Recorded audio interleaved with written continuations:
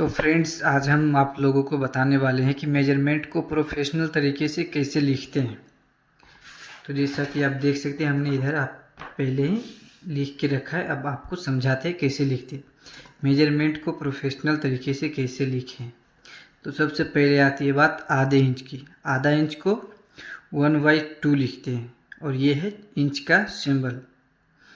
और पौना इंच को 3/4 लिखते हैं और ये है इंच का सिंबल। और 1 इंच को सिंपल 1 इंच लिखते हैं और इसमें वो इंच का सिंबल। और 1/4 इंच को लिखते हैं 1 × 1/4।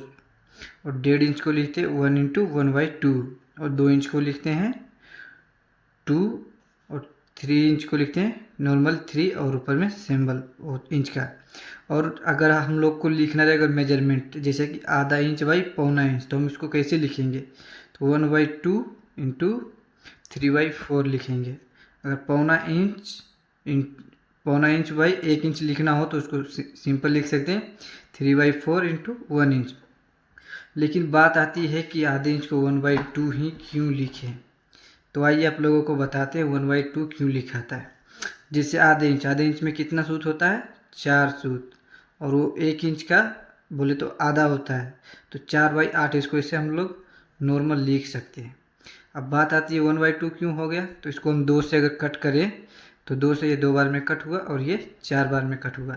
फिर देख रहे हैं कि 2 से ये फिर कट हो रहा है, फिर 2 से ये 1 बार में कट हुआ और ये 2 बार में कट हुआ। तो यही चीज़ें यहाँ पे हमने लिख के रखा है 1/2।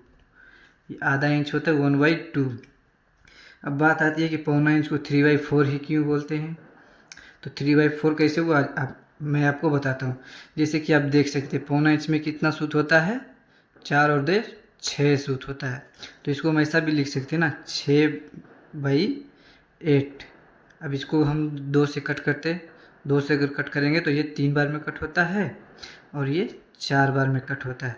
तो यही चीज़ें हमने लिख के रखी है 3/4। ये होता है प्रोफेशनल तरीका।